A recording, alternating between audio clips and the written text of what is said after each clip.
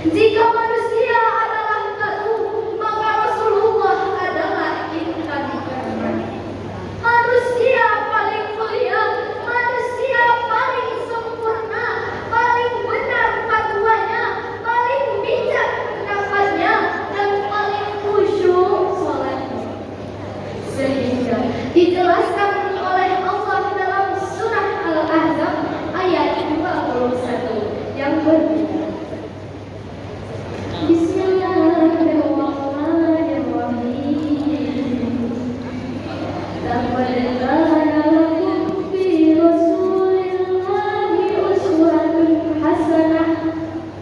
Bahwa sesungguhnya pada diri Rasulullah terdapat suri tauladan yang baik bagi kami. Rahimahullah.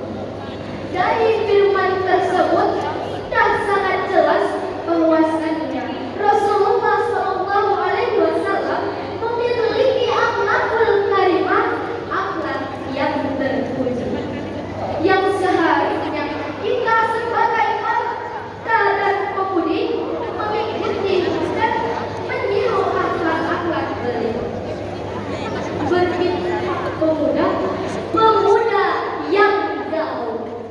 Pemuda yang gaul ini apakah pemuda yang suka mabuk-mabukan?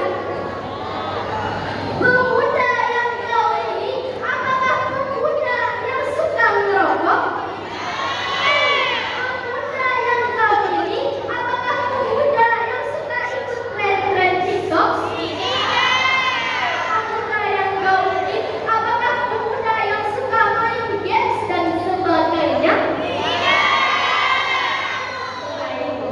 Pemuda yang gaul itu adalah pemuda yang mencontoh dan meneladani akhlak Rasulullah Sallallahu Alaihi Wasallam. Itu baru yang namanya pemuda gaul. Betul apa betul? Hadirin rahimah. Pemuda adalah pemimpin masa. Bagaimana kita bisa menjadi seorang pemimpin yang baik jika akhlak kekasih Allah sang pemimpin sejati tidak ada pada diri kita?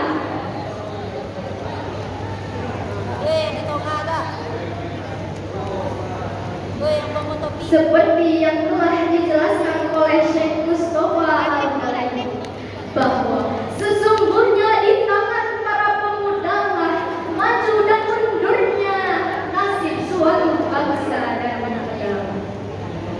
Lalu bagaimana cara kita mengikuti Nabi agar kita mendapatkan cintanya Allah? Yang pertama, marilah kita mempelajari sunnah Rasul dan meneladaninya dalam kehidupan sehari-hari. Ada banyak sunnah Rasul yang bisa kita amalkan, baik secara sunnah qauliyah secara perkataan maupun sunnah fi'liyah secara perbuatan. Baginda Rasul senantiasa berkata sopan. Tapi kenapa kita sering berkata kasar? Baginda Rasul wajahnya ramah, tapi terkadang kita suka marah-marah. Hei teman-teman, ingat kata baginda Rasul, sabar, baca Al-Quran, dan bersolawat. Lalu yang kedua, kita harus mencintai baginda Rasul.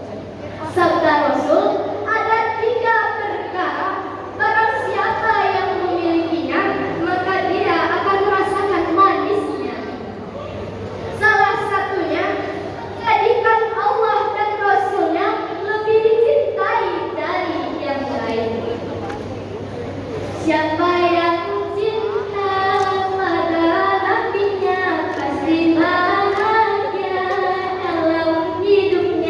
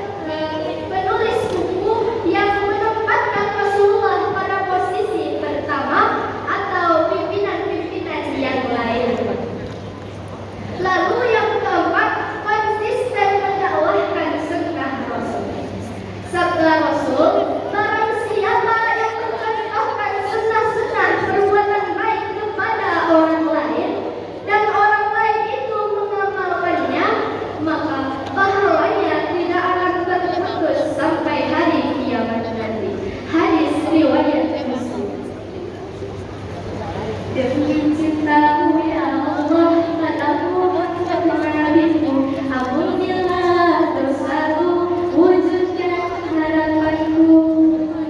Insya Allah, dengan kita mengikuti akhlak sang Nabi, hidup kita akan bahagia dunia akhirat.